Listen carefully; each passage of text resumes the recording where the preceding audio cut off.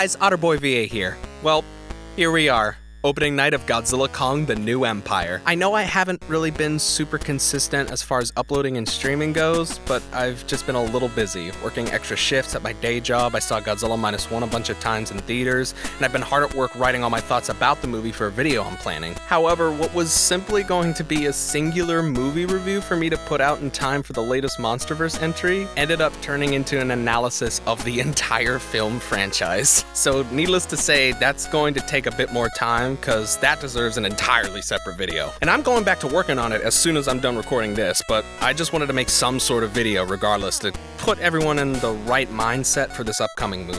Think of it as both a little briefing before you see GXK-TNE, but also a sort of preview to my upcoming comprehensive analysis, but I digress. With that out of the way, let's move on. So Godzilla Kong: The New Empire is the 38th film in the Godzilla franchise, the 13th overall Kong film, and the 5th installment in Legendary's Monsterverse, which has proven to be one of the more successful cinematic universes of our time, now having lasted 10 years. The release of this film also lands just a year after Kong's 90th anniversary and right on Godzilla's 70th anniversary. To celebrate such a momentous milestone for both characters, it seems that director Adam Wingard and his team have decided to go totally insane with the execution. The set pieces are looking more extravagant than ever before, the action has been seemingly cranked up to 11, and the tone has been made more in line with those buddy cop films of the good old 80s. Now, I, for one, am very excited for this film. Over the past few months, we've been getting more Godzilla content than arguably any other point in history, and this is just adding more fuel to my fiery passion. However, with -1 still fresh in everyone's minds, and just having recently won an Oscar, a first for the franchise, by the way, people can't help but compare the very serious, human-driven story of that film to the kaiju equivalent of WrestleMania coming out in a few hours after this video. Okay, real talk, I can't necessarily blame anybody for this. Godzilla -1 was amazing. I should know, I saw it 27 times. Of course people are gonna compare that G-flick to the one that's coming out 4 months later. As amazing as I believe this film is going to be, I will admit, at a glance, it looks a bit excessive. And I can't help but feel that -1 has given both casuals and fans expectations of what every Godzilla movie should be. I think it's fair to say that this film is probably going to be very divisive, especially for people who've only seen Godzilla -1. And no matter what anybody does, people are always entitled to their own opinion. But when that opinion is based on delusions and misinformation, then you have a problem. So I thought I'd do what I can with the very limited time that I have and the kaiju-obsessed travesty of a mind I've been given to clear the air on any confusion, explain the significance of GXK, and show you why you should totally give this movie a chance. First and foremost, let's get this out of the way. Godzilla -1 and Godzilla Kong: The New Empire? Not in the same universe. GXK is strictly in the Monsterverse produced by Legendary Pictures, and -1 is a standalone film in the Reiwa era of Godzilla films that Toho directly produced. Neither are sequels or prequels to each other, but with Godzilla's name in both of them, I can understand why casual fans could get a little perplexed. Wouldn't be the first time that Western audiences were confused by the release of 2 separate Godzilla movies in the States, released just about a year apart from each other. Another important thing to note is, these are 2 completely different films trying to achieve completely different things. One movie is a melodramatic period piece using Godzilla as a metaphor for trauma and how we as individuals and as a community deal with and overcome that trauma. The other is a sci-fi film using action and spectacle to tell a thrilling epic of 2 kings fighting for their home with elements of man versus nature thrown in.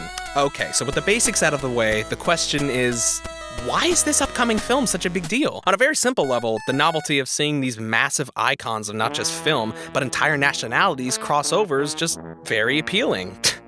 Who knew? These characters have helped shape the landscape of cinema for decades, and despite being rivals, they've both directly and indirectly influenced each other, and sometimes have even been responsible for each other's success. Now, bear with me here for just a few minutes while I dive a little deeper. In the middle of the Great Depression in 1933, King Kong was released in American theaters, and it was a smashing success. Never before was a film given such a massive sense of scope, wonder, and adventure. The star of the film, Kong himself, is considered the first true giant movie monster. But he wasn't just a monster. He was given personality and sympathetic qualities, challenging filmmakers on how special effects can be utilized and perceived. In this case, being characters themselves. The almost mythical reputation this film would gain over the years, thanks to re-releases and global distribution, would be the main source of inspiration for the 1954 Japanese film Godzilla. As an allegory for nuclear destruction, Godzilla resonated immensely with Japanese audiences, as they were, and still are, the only people to experience the true power of nuclear weapons firsthand. Much like King Kong before him, Godzilla was an actual character in addition to being a metaphor for the bomb. While he wasn't as expressive as Kong and is more outright villainous, there is still a sense of sympathy, albeit meager, for the creature and his origins. It was so big that it even got a version re-edited and altered for Western audiences 2 years later. Despite all this success, King Kong and Godzilla were each subjugated to only one sequel and were essentially left as classic duologies. But after their first crossover and overall third film in 1962,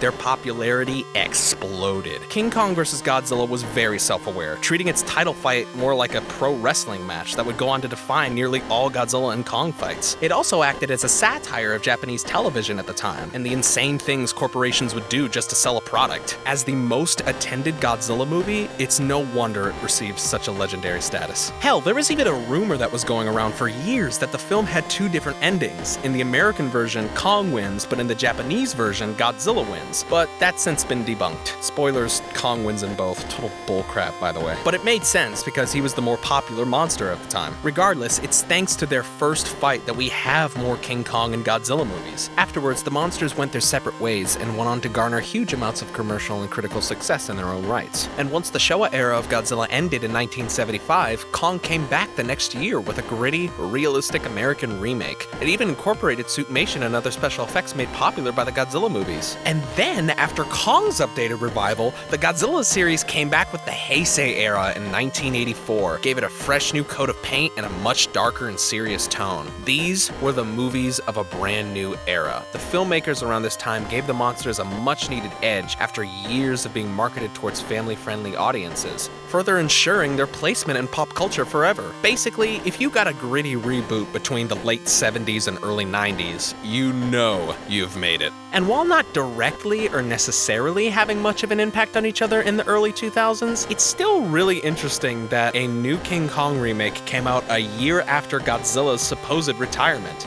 Again. But of course, they weren't gone forever. In 2014, Godzilla made a huge return to the big screen. But whereas the first American Godzilla movie was a total failure, this time it was a success. So much so that Legendary Pictures thought they'd spent enough time apart and let up with a new Kong movie so they could eventually have their rematch. This Kong movie would not act as a remake, but as a rebooted story that was a prequel to the 2014 Godzilla film, which had already been greenlit for a sequel. Keep in mind, up until this point, every Kong movie after he fought Godzilla in '62 was either a remake of the original 33 film or a sequel to that remake. Thanks to Godzilla, Kong was finally able to explore his full potential as a character who doesn't just fall in love and die, but fights to protect his home and his people. And this was all leading to the release of their rematch in 2021, a film that would exceed all expectations. But whereas the first film they starred together in ended with them fighting, this one had the two monsters team up for the first time ever. Yes, it's true, they do fight throughout most of the movie. I mean, it's in the title, Godzilla vs. Kong. Heck, there's even a definitive winner. Spoilers, this time it's Godzilla. Yes! But at the end of the day, they're both of Earth's strongest protectors, and they realize that, and together they're able to put a stop to a world-ending threat. And it looks like this new film is going to further explore this character development, with a story of a lost king finding his place in a new environment, a lonely god pushing himself to achieve greater power, and those two protectors learning how to cooperate to defend the home that they're a part of from what are essentially dark reflections of themselves, all while keeping in line with the monsterverses and by extension the entire franchise's theme of man versus nature and our place in the natural world. At least from what I can tell from the trailers. And side note, if I'm thinking who I think is in this film, this is gonna be huge. Now, I know a lot of people tend to lump a majority of Godzilla and Kong movies into mindless monster action, but if you read between the lines, the stories and messages become a little bit more than what's on the surface. Over the past few months, I've watched every Godzilla film and nearly every Kong film in preparation for GXK. Not because they're all interconnected, but rather to get a better retrospective of their film history. And I've found that nearly every film has something to say. It might not be that deep all the time, but it's still something they're trying to communicate to the audience. And despite the naysayers' disapproval, it seems to work. Seriously, Godzilla and Kong are not to be underestimated. Remember, these guys saved theaters, despite having same-day streaming. That's saying something. I think if it was just action figures being smashed together, it wouldn't have been that successful. They could have just gone that way, but instead they added more depth, complexity, and personality to the stories and characters, leading to a team-up that makes sense not just in the movie, but in a broader scope of how Godzilla and Kong have supported each other over the years and kept the giant monster genre alive. This, I feel, is where the main draw for a lot of people like myself comes from. It's the first film to showcase how, despite being rivals in both a cinematic and meta way, they bring out the best of each other. Don't get me wrong, I love seeing giant monsters fight, but it's super satisfying and always sort of made sense for Godzilla and Kong to join forces. They're both two sides of the same coin. Both are incredibly lonely beings who represent the good for planet Earth. This next chapter of the Monsterverse is definitely something to be excited about. It sets up these two legendary characters for adventures they've never been on. We get to see Godzilla's character go in a direction not done since the 70s, but on a much bigger budget with more naturalistic elements. And not really a spoiler, Kong, for the first time in 90 years, finally gets a family. Whatever the case may be, it cannot be overstated how firm of a grip Godzilla has upon the world and how much weight Kong has on his shoulders, because they are carrying it right now. And regardless of how the film turns out, it is a phenomenal time to be a fan of these characters. All I'm saying is, go into this movie with an open mind, and don't take too much at face value. You might find something you weren't expecting.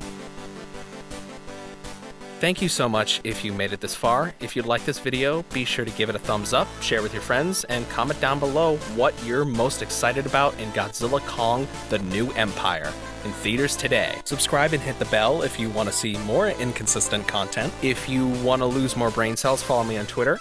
Okay, yeah, that went a little longer than expected. I kind of ended up rambling a bit, but trust me, I have a lot more to say in my Godzilla essay that I'm working on. I want to try my best to have it no more than 2 hours, but there's no guarantee. Really trying to compress it, but I mean, like, this is Godzilla, man. Like, I just love it. I love it to death.